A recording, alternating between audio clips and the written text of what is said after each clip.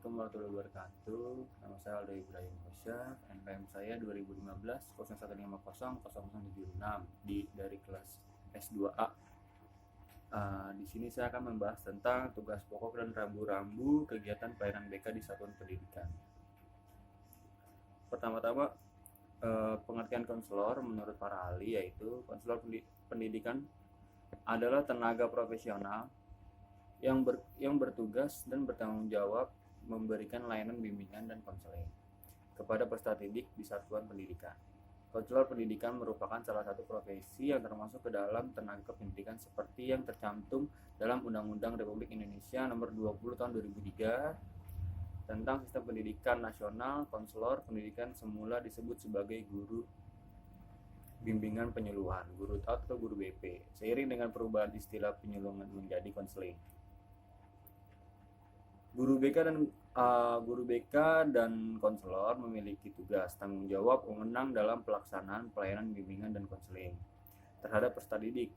Tugas guru BK terkait dengan pengembangan diri peserta didik yang sesuai dengan kebutuhan, potensi, bakat, minat, dan kepribadian peserta didik di sekolah atau madrasah.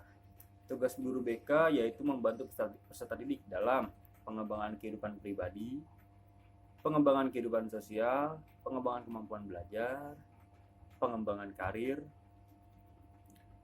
Lalu jenis layanan adalah sebagai berikut: layanan orientasi, layanan informasi, layanan penempatan dan penyaluran, layanan penguasaan konten, layanan konseling perorangan, layanan bimbingan kelompok, layanan konseling kelompok, layanan konsultasi, layanan mediasi, dan layanan mediasi. Lalu kegiatan-kegiatan tersebut didukung oleh aplikasi instrumental, himpunan data, konferensi kasus, kunjungan rumah, tampilan kepustakaan, dan alih tangan kasus. Konselor menguasai spektrum dalam pelayanan konseling profesional. Wawasan BK. Pertama, paradigma BK merupakan bantuan psikopedagogik dalam bingkai budaya.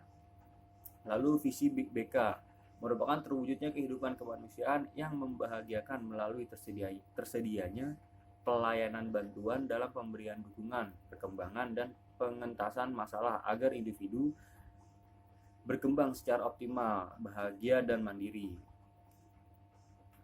Lalu visi bimbingan dan konseling merupakan komponen sistem pendidikan yang berorientasi kepada upaya pengembangan kompetensi atau tugas-tugas perkembangan peserta didik secara optimal.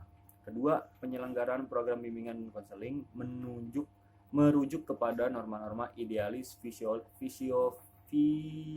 filosofis, konseptual, dan praktis. Ketiga, program BK merupakan komponen terpadu dengan program pendidikan secara keseluruhan. Keempat, program BK diorientasikan kepada pengembangan pribadi mahasiswa yang berkemampuan belajar sepanjang hayat dan berorientasi secara sehat dan benar dalam lingkungannya. Misi BK: A. Misi pendidikan merupakan peserta didik dan warga masyarakat melalui pengembangan perilaku efektif normatif dalam kehidupan keseharian dan terkait dengan masa depan.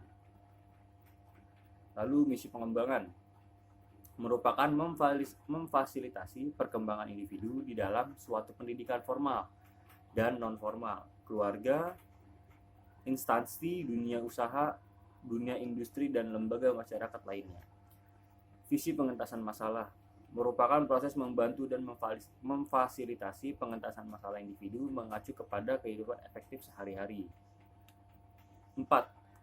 Bidang BK. Pertama, bidang bimbingan pribadi sosial. Kedua, bidang bimbingan belajar. Ketiga, bidang bimbingan karir. Lalu keempat, kegiatan BK dan konseling. Ada dua.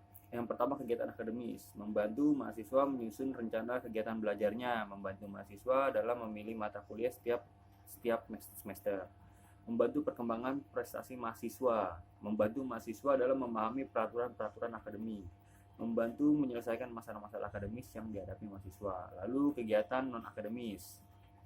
yaitu membantu siswa menyelesaikan hambatan-hambatan dalam sosialisasi, membantu mahasiswa dalam mengatasi masalah-masalah fisik dan psikis, membantu menyelesaikan diri dengan lingkungan atau kehidupan kampus, lalu memberikan nasihat terhadap masalah-masalah yang dihadapi oleh mahasiswa. 6. Kode etik. 1. Umum. Yang pertama, mengingat adanya keragaman keanggota dalam ikatan. Dengan masuk ikatan, lalu anggota sebagai pribadi selalu menilai perilaku-perilaku dan sikap-sikapnya. D. Anggota sebagai warga masyarakat Indonesia yang berdasarkan Pancasila. E. Anggota menyadari kedudukannya sebagai pendidik. F. Dalam hubungannya dengan orang lain dan jenis kelamin. G. Dalam pergaulan dan orang atau individu yang ditanganinya. H. Dalam pelaksanaan tugas layanan BK konseling. I. Dalam pergaulan umum dan khususnya dalam menjalankan tugas layanan bantuan.